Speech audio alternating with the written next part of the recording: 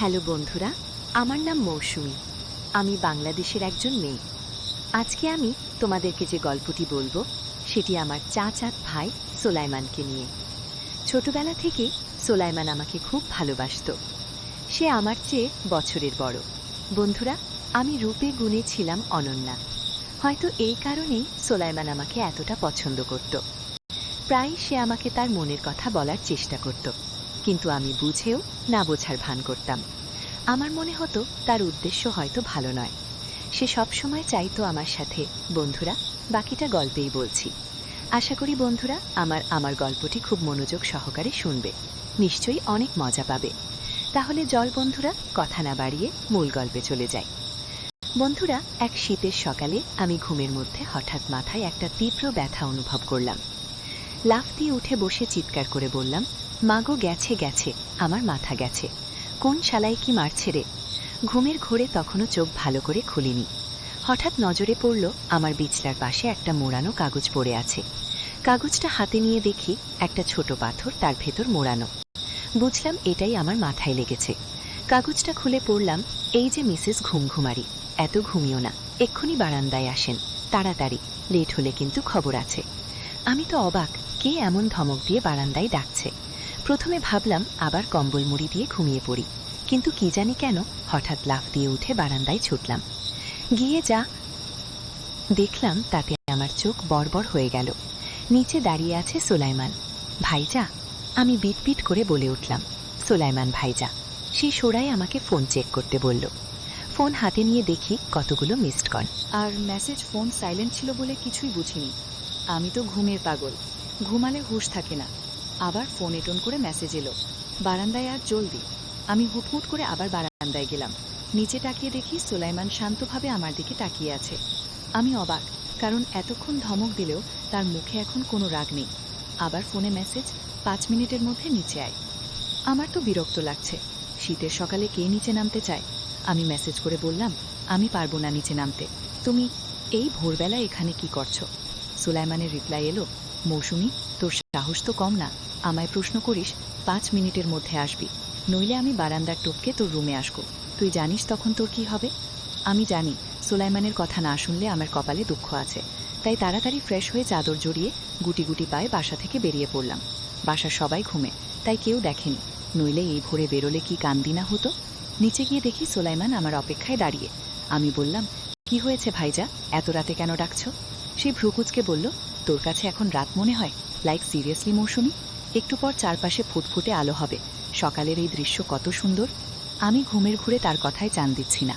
বললাম, তোমার হয়েছে, আমি গেলাম। যেই চলে যাব সে আমার হাত ধরে আটকে দিল। বলল, এই তুই আমার কথা শুনছিস? আমার ঘুমের জন্য হাই উঠছে। সোলাইমান বলল, মৌসুমী, তুই এত ঘুম পাগল কেন? বিয়ের পর তোর কি হবে ভেবেই কষ্ট হয়। আমি ঘুমের ঘুরে বললাম, হ্যাঁ কি বললে ভাইজা? সে হেসে বলল, চল তোকে এক জায়গায় নিয়ে যাই, সকালে হাঁটা স্বাস্থ্যের জন্য ভালো। এই বলে আমার হাত ধরে টানতে লাগলো। পাশাপাশি বাড়িতে থাকি। আমার পরিবারে মা সালমা ইসলাম, বড় ভাই হাবিব আর যমজ বোন মুনজিয়া। বাবা মনিরুল ইসলাম 7 বছর আগে ক্যান্সারে মারা গেছেন। সোলাইমানের পরিবারে তার বাবা মা তারেক ও জাবেদা হুসাইন আর ছোট ভাই জোহা। আমরা হাঁটতে হাঁটতে নদীর পাড়ে এলাম। আমাদের গ্রামটা ছোট, কিন্তু সবকিছু আছে, কারেন্ট, নেট, কোনো অভাব নেই। নদীর পাড়ের সৌন্দর্য দেখে আমার ঘুম উঠে গেল। মনে মনে ভাবলাম, সোলাইমান ভাইজাকে ধন্যবাদ দিতে হবে। তাকে না ডাকলে আমি তো নাকবিকে ঘুমাতাম, এই সুন্দর দৃশ্য দেখতাম না। আমি 2 হাত ছড়িয়ে বাতাস উপভোগ করছি। চুল উঠছে, মনটা ভরে গেছে। দূর থেকে সোলাইমান আমাকে দেখছে, তার চোখে একটা অন্যরকম ভালো লাগা। নদীর পাড়ে দাঁড়িয়ে আমি বাতাসের শীতল স্পর্শ উপভোগ করছিলাম। সোলাইমান আমার দিকে তাকিয়ে মুচকি হাসছিল। তার চোখে একটা আলাদা চমক ছিল, যেন আমাকে দেখে তার মন জড়িয়ে যাচ্ছে।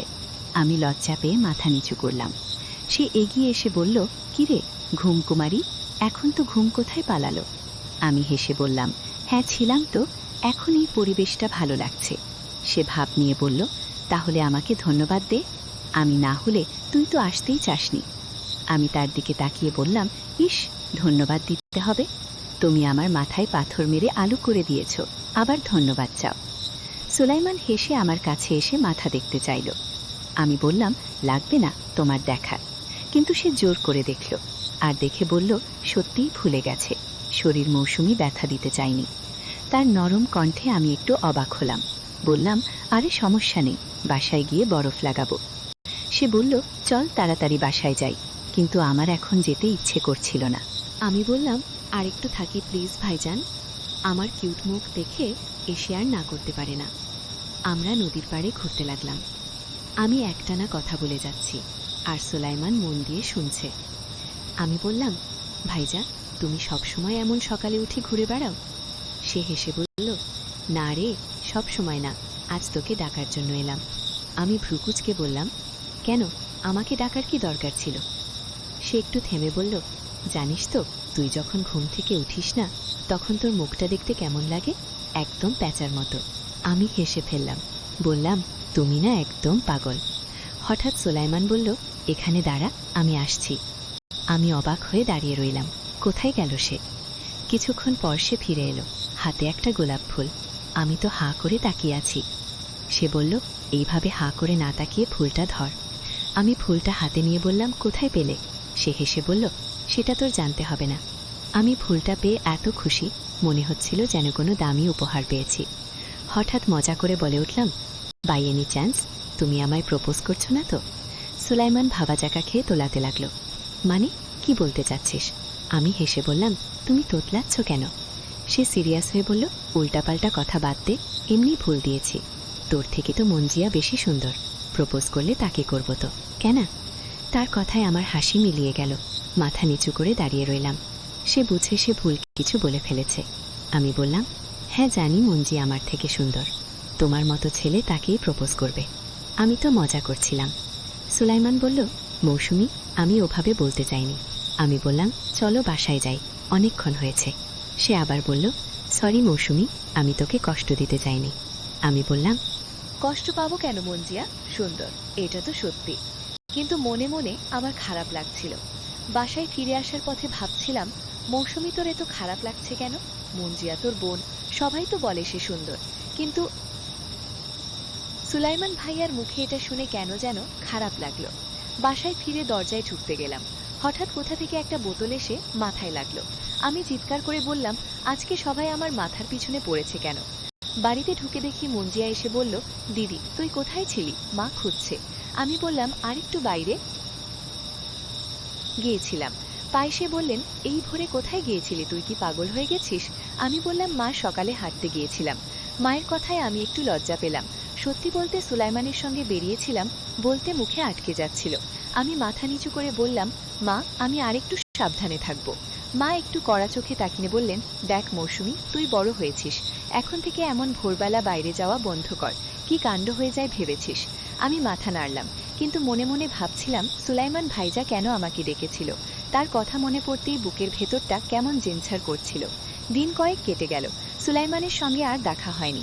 আমি ব্যস্ত হয়ে পড়েছিলাম আমার পড়াশোনা নিয়ে। আমাদের গ্রামের কলেজে আমি আর মঞ্জিয়া একসঙ্গে পড়ি। মঞ্জিয়া আমার থেকে অনেক বেশি মেধাবী, কিন্তু আমিও চেষ্টা করি ভালো করতে। একদিন কলেজ থেকে ফেরার পথে মঞ্জিয়া হঠাৎ বলল, দিদি তুই সেদিন সুলাইমান ভাইয়ার সঙ্গে বেরিয়েছিলি তাই না? আমি চমকে উঠলাম, বললাম, কে বলল তোকে? সে হেসে বলল, আমার চোখ আছে দিদি, আমি দেখে দি তুই ভোরবেলা বেরিয়েছিলি। আমি একটু বিরক্ত হয়ে বললাম, তুইও না মঞ্জিয়া, সব কিছুতে নজর রাখিস। সে হাসতে হাসতে বলল, আরে দিদি, আমি তোর বোন, তোর ভালো মন্দ আমি দেখব না তো কে দেখবে?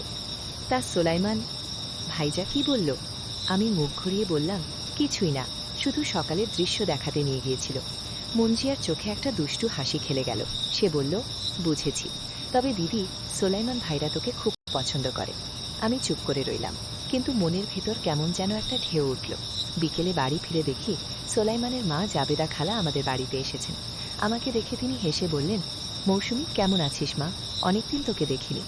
আমি লজ্জা পেয়ে বললাম, ভালো আছি খালা, আপনি কেমন আছেন? তিনি হাসলেন, তারপর মায়ের সঙ্গে গল্প শুরু করলেন। আমি রান্নাঘরে চলে গেলাম, কিন্তু কান খাড়া ছিল। খালা বলছিলেন, সালমা, আমার সুলাইমান তো বড় হয়েছে, এখন ওর জন্য একটা ভালো মেয়ে দেখতে হবে। আমার মা হেসে বললেন, হ্যাঁ জাবেদা, তুমি ঠিক বলেছ, সুলাইমান ভালো ছেলে, ওর জন্য সেরা মেয়েই হবে। আমার বুকটা কেমন যেন ধক করে উঠল। রান্নাঘর থেকে বেরিয়ে এসে দেখি সুলাইমানও এসেছে। সে আমাকে দেখে বলল, কিরে মৌসুমি, এত লুকিয়ে লুকিয়ে কি করছিস? আমি মুখ ফিরিয়ে বললাম, কিছু না ভাইজান, তুমি এখানে কেন? সে হেসে বলল, মা এসেছে, আমিও চলে এলাম। তুই তো আমাকে এড়িয়ে চলছিস, তাই না? আমি কিছু বলার আগেই মঞ্জিও এসে বলল, সোলাইমান ভাইয়া, দিদিকে একটু শান্তিতে থাকতে দাও, ও তো লজ্জা পাচ্ছে। সবাই হেসে উঠল, আর আমি লজ্জায় মাথা নিচু করে ঘরে চলে গেলাম। সেদিন রাতে ঘুমোতে যাওয়ার আগে ফোনে একটা মেসেজ এলো সোলাইমানের। লিখেছে, মৌসুমি, সেদিন নদীর পাড়ে তুই যে হাসিটা হেসেছিলি সেটা আমার মাথায় ঘুরছে। কাল বিকেলে আমাদের বাড়িতে আসিস, মা তোকে ডাকছে। মিউজিক। আমি মেসেজটা পড়ে কিছুক্ষণ চুপ করে রইলাম। কেন জানি তার কথাগুলো আমার মনে একটা অদ্ভুত অনুভূতির জায়গা ছিল। আমি রিপ্লাই করলাম, ঠিক আছে ভাইজা, কাল যাব। কিন্তু ঘুমোতে গিয়েও মনটা শান্ত হচ্ছিল না। সুলাইমানের মিউজিক, সেই হাসি, তার কথা, তার ফুল দেওয়ার সব কিছু মাথায় ঘুরছিল। পরদিন বিকেলে আমি সুলাইমানদের বাড়িতে গেলাম। জাবেদা খালা আমাকে দেখে খুব খুশি হলেন। বললেন, মৌসুমি, তুই তো আমার মেয়ের মতো, ছোটবেলা থেকে তোরা একসঙ্গে বড় হয়েছিস, আমি তোকে খুব ভালোবাসি। আমি লজ্জায় মাথা নিচু করে ফেললাম। সুলাইমান পাশে দাঁড়িয়ে মুচকি হাসছিল। খালা হঠাৎ বললেন, তোরা দুজন বাইরে গিয়ে একটু গল্প কর, আমি তোর মায়ের সঙ্গে কথা বলছি। আমি আর সুলাইমান বাইরে বারান্দায় গেলাম। সুলাইমান আমার দিকে তাকিয়ে বলল, মৌসুমি, তুই আমার সঙ্গে এত কম কথা বলিস কেন? আমি কি তোর কাছে এতই খারাপ? আমি হেসে বললাম, না ভাইজা, তুমি খারাপ না, আমি তো লজ্জা পাই। সে হাসল, তারপর বলল, তুই লজ্জা পেলে বড় কিউট লাগে জানিস। আমার মুখ লাল হয়ে গেল। আমি কিছু বলতে গিয়েও চুপ করে গেলাম। সুলাইমানের কথায় কেন যেন আমার মনের ভেতর একটা উষ্ণতা ছড়িয়ে পড়ছিল, কিন্তু তবু আমার মনে একটা সন্দেহ ছিল। সে কি সত্যিই আমার জন্য ভালো মিউজিক কিছু চায়, নাকি এটা তার সময় কাটানোর ধান্দা? বারান্দায় দাঁড়িয়ে সুলাইমানের কথাগুলো আমার মাথায় ঘুরছিল। তার হাসি, তার কথার মধ্যে যেন একটা আন্তরিকতা ছিল, কিন্তু আমার মনের ভেতরে সন্দেহটা তাড়া করে বেড়াচ্ছিল। আমি নিজেকে প্রশ্ন করছিলাম, সে কি সত্যি মিউজিক আমাকে এতটা ভালোবাসে, নাকি এটা শুধুই সময় কাটানোর একটা উপায়? আমি চুপ করে থাকলাম। আর সোলাইমান আমার দিকে তাকিয়ে বলল, কিরে মৌসুমি, এত চুপচাপ কেন? আমি কি কিছু ভুল বলে ফেলেছি? আমি মাথা নাড়িয়ে বললাম, না ভাইজা, কিছু না, আমি শুধু একটু ভাবছিলাম। সোলাইমান হেসে বলল, তুই যখন ভাবিস তখন তোর মুখটা দেখার মতো হয়, একদম কবি কবি ভাব। আমি তার কথায় হেসে ফেললাম। বললাম, তুমি না সবসময় আমার সঙ্গে মজা করো। সে গম্ভীর হয়ে বলল, মজা করি, কিন্তু তুই যে আমার কাছে কতটা গুরুত্বপূর্ণ সেটা কি তুই বুঝিস? তার কথায় আমার বুকটা আবার ধক করে উঠল। আমি কিছু বলতে গিয়েও চুপ করে গেলাম। আমার মনে হচ্ছিল সে যেন আমার মনের কথা বুঝে ফেলছে। একটু পর জাবেদা খালা বারান্দায় এসে বললেন, মৌসুমি, এতক্ষণ কি কথা হচ্ছে তোদের? চল ভেতরে আয়, তোর জন্য কিছু খাবার তৈরি করেছি। আমি লজ্জা পেয়ে খালার পেছন পেছন ভেতরে গেলাম। সোলাইমানও আমাদের সঙ্গে এলো। টেবিলে বসে দেখি খালা আমার পছন্দের পিঠার চা রেখেছেন। আমি খুশি হয়ে বললাম, খালা, আপনি আমার পছন্দের জিনিস বানিয়েছেন, ধন্যবাদ। খালা হেসে বললেন, তুই আমার মেয়ের মতো, তোর পছন্দ আমি জানবো না, তোকে জানবে সোলাইমান। পাশ থেকে বলল, মা, তুমি মৌসুমীকে ভাদর করো, আমার জন্য কিছু করো না কেন? সবাই হেসে উঠল। খাওয়া শেষ করে আমি বাড়ি ফিরে এলাম। রাতে মঞ্জিয়া আমাকে জিজ্ঞেস করল, দিদি, সোলাইমান ভাইয়ার বাড়িতে কি হলো? তুই তো লজ্জায় লাল হয়ে গিয়েছিলি। আমি বিরক্ত হয়ে বললাম, তুইও না মঞ্জিয়া সব কিছুতে গোয়েন্দাগিরি করিস। সে আস্তে আস্তে বলল, আরে আমি তো দেখছি সোলাইমান ভাইজা তোর জন্যে পাগল, তুই ওকে একটু পছন্দ করিস না। আমি চুপ করে রইলাম। মঞ্জিয়ার কথাটা আমাকে ভাবিয়ে তুলল। আমি কি সত্যি সোলাইমানকে পছন্দ করি, নাকি এটা শুধু তার আচরণের জন্য মনে হচ্ছে? পরদিন সকালে আমি কলেজে যাওয়ার জন্য তৈরি হচ্ছিলাম। হঠাৎ ফোনে একটা মেসেজ এলো। সোলাইমান লিখেছে, মৌসুমি, আজ বিকেলে আমাদের গ্রামে মেলা বসছে, চল একসঙ্গে যাবি? আমি একটু ভেবে রিপ্লাই করলাম, ঠিক আছে ভাইজা, আমি মঞ্জিয়াকে নিয়ে যাব। সে তাড়াতাড়ি লিখল, আরে মঞ্জিয়া কেন, শুধু তুই আর আমি যাব। আমি হেসে লিখলাম, না, মঞ্জিও যাবে, তুমি তো বলেছ ও আমার থেকে বেশি সুন্দর। একটু পর তার মেসেজ এলো, মৌসুমি, তুই এখনো সেদিনের কথা মনে রেখেছিস? আমি তো মজা করেছিলাম। আমি কিছু না লিখে ফোন রেখে দিলাম। বিকেলে আমি আর মঞ্জিয়া মেলায় গেলাম। সোলাইমান আমাদের জন্য অপেক্ষা করছিল। আমাকে দেখে সে হেসে বলল, কি ঘুমঘুমারি, এখন তো দিনের বেলা, তবু মুখটা এমন কেন? আমি হাসলাম, কিন্তু কিছু বললাম না। মেলায় ঘুরতে ঘুরতে সোলাইমান আমার পাশে পাশে থাকছে। আমার জন্য মিষ্টি কিনে দিল, একটা ছোট্ট খেলনা কিনে হাতে দিল। মুঞ্জিয়া দূর থেকে আমাদের দেখছিল আর মুচকি হাসছিল। হঠাৎ সে বলল, দিদি, সোলাইমান ভাইরা তোকে কত ভালোবাসে দেখ, ওর চোখে তোর জন্য কত যত্ন। মুঞ্জিয়ার কথায় আমি অবাক হয়ে গেলাম। বললাম, কি বলছিস তুই এসব, কি কথা? সে হেসে বলল, দিদি, তুই বুঝিস না, কিন্তু আমি বুঝি। সোলাইমান ভাইরা তোর জন্য সবকিছু করতে রাজি। আমি চুপ করে রইলাম। সোলাইমান আমাদের দিকে এগিয়ে এসে বলল, কি গোপন কথা হচ্ছে বল? আমি লজ্জা পেয়ে বললাম, কিছু না ভাইজা, মুঞ্জিয়া শুধু শুধু পাগলামি করছে। সে হাসল, কিন্তু তার চোখে একটা গভীর দৃষ্টি ছিল, যেন সে আমার মনের কাছে বোঝার চেষ্টা করছে। মেলা থেকে ফেরার পথে সোলাইমান আমাকে বলল, মৌসুমী, তুই যখন হাসিস তখন পুরো মেলাটাই যেন আরও উজ্জ্বল হয়ে ওঠে। লজ্জায় মাথা নিচু করলাম। তার কথাগুলো আমার মনে গেঁথে যাচ্ছিল, কিন্তু আমি এখনো নিশ্চিত ছিলাম না তার এই আচরণের পেছনে কি উদ্দেশ্য। আমি শুধু মনে মনে ভাবলাম, সোলেমন ভাইয়া, তুমি যদি সত্যি আমাকে ভালোবাসো তাহলে আমাকে বোঝাতে হবে। আমি তোমাকে ভুল বুঝতে চাই না। মেলা থেকে ফেরার পর আমার মনটা কেমন যেন অস্থির হয়ে রইল।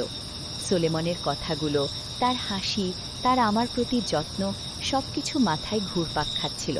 আমি নিজেকে বোঝানোর চেষ্টা করছিলাম, হয়তো সে শুধু ভালো বন্ধু হতে চায়, কিন্তু মনে রাখবনি অন্যরকম একটা অনুভূতি জাগছিল। আমি ভাবলাম, সে যদি সত্যিই আমাকে ভালোবাসে তাহলে কেন এতদিন আমি তাকে ভুল বুঝলাম? তার উদ্দেশ্য কি সত্যিই পবিত্র, নাকি আমি এখনো তার আসল মনোভাব বুঝতে পারছি না? পরদিন সকালে আমি আর মঞ্জিয়া কলেজে যাচ্ছিলাম। হঠাৎ পথে সোলেমনের সঙ্গে দেখা। সে হাসি মুখে বলল, কিরে মৌসুমী, কলেজ যাচ্ছিস? আমিও তোর সঙ্গে একটু হাঁটি। আমি একটু ইতস্তত করে বললাম, ঠিক আছে ভাইজান, কিন্তু তুমি এ পথে কোথায় যাচ্ছ? সে হেসে বলল, কোথাও না, শুধু তোদের দেখে ভাবলাম একটু গল্প করি। মঞ্জিয়া দুষ্টু হাসি দিয়ে বলল, সোলেমন ভাইয়া, তুমি তো দিদির পিছু নিয়েছ মনে হচ্ছে। আমি লজ্জায় মাথা নিচু করলাম, আর সোলেমন হেসে বলল, মঞ্জিয়া, তুই না একদম পাকা মেয়ে। পথে হাঁটতে হাঁটতে সোলেমন আমার সঙ্গে গল্প শুরু করল। বলল, মৌসুমী, তুই জানিস আমি ছোটবেলায় তোকে কত ডাকতাম আমার সঙ্গে খেলতে, আর তুই সব সময় বলতি আমি পড়াশোনা করব। আমি হেসে বললাম, হ্যাঁ, কারণ তুমি আমাকে সব সময় বিরক্ত করতে। সে হাসল, তারপর বলল, বিরক্ত করতাম, কিন্তু তুই জানিস তখন থেকে আমি তোকে খুব পছন্দ করতাম। আমি চুপ করে গেলাম। তার কথায় আমার মনের ভেতরে আবার সেই অস্থিরতা ফিরে এলো। আমি কিছু না বলে শুধু হাঁটতে লাগলাম। কলেজে পৌঁছে সোলাইমান বলল, মৌসুমী, আজ বিকেলে নদীর পাড়ে আসিস, আমার কিছু কথা বলার আছে। আমি একটু ইতস্তত করে বললাম, দেখি ভাইজা, সময় হলে আসব। সে গম্ভীর হয়ে বলল, না, তুই আসবি, আমি অপেক্ষা করব। তার কথার মধ্যে একটা জোর ছিল, যেন সে আমার উত্তরের জন্য অপেক্ষা করছে না। আমি মাথা নাড়লাম, কিন্তু মনে মনে ভাবছিলাম সে কি বলতে চায়। আমার সন্দেহ আরও বাড়ছিল। বিকেলে আমি নদীর পাড়ে গেলাম। সোলাইমান সেখানে দাঁড়িয়েছিল, হাতে একটা ছোট বই। আমাকে দেখে সে হেসে বলল, এসেছিস? ভেবেছিলাম তুই আবার ঘুমিয়ে পড়বি। আমি হাসলাম, তারপর বললাম, কি বই হাতে, আর কি কথা বলতে দেখেছস? সে বইটা আমার হাতে দিয়ে বলল, এটা আমার পছন্দের একটা গল্পের বই, তুই পড়ে দেখ। আর কথা, আমি শুধু বলতে চাই, মৌসুমী, তুই যদি আমাকে কখনো ভুল বুঝিস তাহলে আমাকে একটা সুযোগ দিস আমার মনের কথা বলার। আমি বইটা হাতে নিয়ে কিছুক্ষণ চুপ করে রইলাম। তার কথাগুলো আমার মনে গভীরভাবে গেঁথে গেল। ফেরার পথে আমি বইটা খুলে দেখলাম। ভেতরে একটা কাগজে লেখা, মৌসুমী, তুই আমার জীবনে একটা সুন্দর গল্প। আমি শুধু চাই তুই আমার গল্পটা বুঝিস। আমার চোখে পানি চলে এলো। আমি বুঝতে পারছিলাম সোলাইমানের মনে আমার জন্য সত্যিই কিছু আছে, কিন্তু আমার মনের সন্দেহটা এখনো পুরোপুরি যায়নি। আমি ভাবলাম, সোলাইমান ভাইজা, তুমি যদি সত্যিই আমাকে ভালোবাসো তাহলে আমাকে আরও বোঝাতে হবে। আমি ভুল বুঝতে চাই না। বাড়ি ফিরে আমি মুঞ্জিয়াকে সব বললাম। সে হেসে বলল, দিদি, তুই এত বোকা কেন? সোলাইমান ভাইজা তোকে এত ভালোবাসে, তুই তাকে সন্দেহ করছিস? ওর চোখে দেখ, ওর কথা শোন, তুই বুঝবি ওর মনটা কতটা সত্যি। আমি চুপ করে রইলাম। মুঞ্জিয়ার কথাগুলো আমাকে ভাবিয়ে তুলল।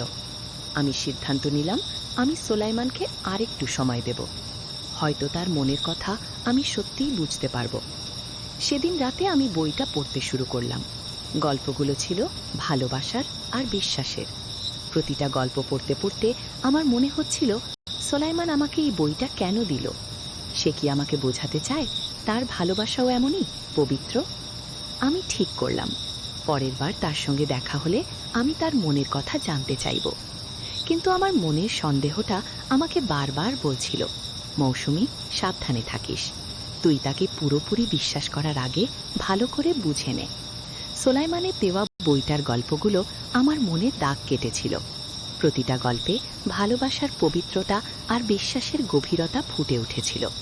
আমি ভাবছিলাম, সোলাইমান কি আমাকে এই গল্পগুলোর মাধ্যমে কিছু বোঝাতে চায়?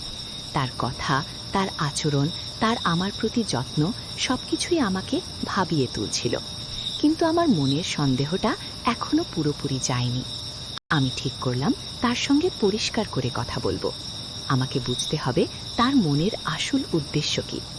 কয়েকদিন পর এক সন্ধে সোলাইমান আমাকে ফোন করে বলল, মৌসুমী, নদীর পাড়ে আয়, আমার কিছু কথা বলার আছে। আমি একটু ইতস্তত করলাম, কিন্তু তার কণ্ঠে এমন একটা আন্তরিকতা ছিল যে আমি না করতে পারলাম না। বললাম, ঠিক আছে ভাইজান, আমি আসছি। সন্ধ্যার নরম আলো নদীর পাড়ে পৌঁছে দেখি সোলাইমান একটা বেঞ্চে বসে আছে, তার হাতে একটা ছোট প্যাকেট। আমাকে দেখে সে উঠে দাঁড়ালো, হেসে বলল, এসেছিস? আমি ভেবেছিলাম তুই আবার লজ্জা পেয়ে আসবি না। আমি হাসলাম, তারপর বললাম, কি ব্যাপার ভাইজা? আবার কি বলতে ডেকেছ? সে একটু গম্ভীর হয়ে বলল, মৌসুমী, আমি সেদিন তোকে কষ্ট দিয়েছিলাম মেলায়। আমি সত্যি ওভাবে বলতে চাইনি। তুই আমার কাছে পৃথিবীর সবচেয়ে সুন্দর। আমার মুখ লাল হয়ে গেল। আমি বললাম, ভাইজান, তুমি এসব কি বলছো? আমি তো লজ্জা পাচ্ছি। সে হেসে বলল, লজ্জা পেলে তোকে আরও কিউট লাগে। এই নে, এটা তোর জন্য। সোলাইমান আমার হাতে প্যাকেটটা দিল। আমি খুলে দেখি ভেতরে একটা ছোট্ট নেকলেস, খুব সাধারণ কিন্তু দেখতে খুব সুন্দর। আমি অবাক হয়ে বললাম, এটা কি ভাইজান? তুমি এসব কেন এনেছো? সে বলল, এটা আমার মনের ছোট্ট একটা উপহার। আমি চাই তুই এটা দেখলেই আমাকে মনে করিস। আমি কিছুক্ষণ চুপ করে রইলাম। তার কথাগুলো আমার হৃদয়ে গেঁথে যাচ্ছিল, কিন্তু আমার মনের সন্দেহটা এখনো আমাকে চুপ থাকতে বলছিল। আমি শুধু বললাম, ধন্যবাদ ভাইয়া, খুব সুন্দর। আমরা নদীর পাড়ে বসে গল্প করতে লাগলাম। সোলাইমান আমাকে এতটা ভালোবাসে। আমি ঠিক করলাম তাকে আর একটু সময় দেব। পরদিন আমি কলেজে গিয়ে দেখি সোলাইমান ক্যাম্পাসের গেটে আমার জন্য অপেক্ষা করছে।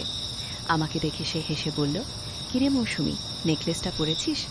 আমি লজ্জা পেয়ে বললাম, হ্যাঁ ভাইজা, খুব সুন্দর। সে হাসল, তারপর বলল, আজ বিকেলে আমাদের বাড়িতে আসিস, মা তোর জন্য নতুন কিছু রান্না করেছে। আমি হাসলাম, কিন্তু মনে মনে ভাবছিলাম, সোলাইমানের এই যত্ন, এই ভালোবাসা কি সত্যিই আমার জন্য? আমি তাকে আরেকটু বোঝার সুযোগ দেব, কিন্তু আমার হৃদয় এখনো পুরোপুরি নিশ্চিত ছিল না।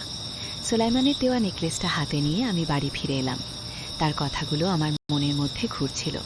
সে বলেছিল আমি যেন তাকে সুযোগ দিই তার মনের কথা বলার। তার চোখে আমি একটা আন্তরিকতা দেখেছি যে আমার মনের সন্দেহকে ধীরে ধীরে কমিয়ে দিচ্ছিল। কিন্তু তবুও আমি পুরোপুরি নিশ্চিত ছিলাম না। আমার মনে এখনো প্রশ্ন ছিল, সোলাইমানের এই যত্ন, এই ভালোবাসা কি সত্যিই আমার জন্য? আমি ঠিক করলাম তাকে আরও কাছ থেকে বুঝব। পরদিন সকালে কলেজে যাবার পথে সোলাইমানের সঙ্গে দেখা হলো। আমাকে দেখে সে হাসি মুখে বলল, কিরে মৌসুমী, নেকলেসটা পরেছিস? আমি লজ্জা পেয়ে বললাম, হ্যাঁ ভাইজা, খুব সুন্দর, ধন্যবাদ। সে হাসল, তারপর বলল, আজ বিকেলে আমাদের বাড়িতে আসিস, মা তোর জন্য কিছু রান্না করেছে, আর আমিও তোর সঙ্গে একটু গল্প করতে চাই। আমি মাথা নাড়লাম, কিন্তু মনে মনে ভাবছিলাম সে কি আবার কিছু বলতে চায়। বিকেলে আমি সোলাইমানদের বাড়িতে গেলাম। জাবেদা খালা আমাকে দেখে খুব খুশি হলেন। বললেন, মৌসুমী, তুই এসেছিস, এত ভালো লাগছে। আমি তোর পছন্দের পায়েস বানিয়েছি, কে বল কেমন হয়েছে? আমি হেসে বললাম, খালা, আপনার হাতের রান্না তো সবসময় অসাধারণ খালা। হাসলেন, আর সোলাইমান পাশে দাঁড়িয়ে পুচকি হাসছিল।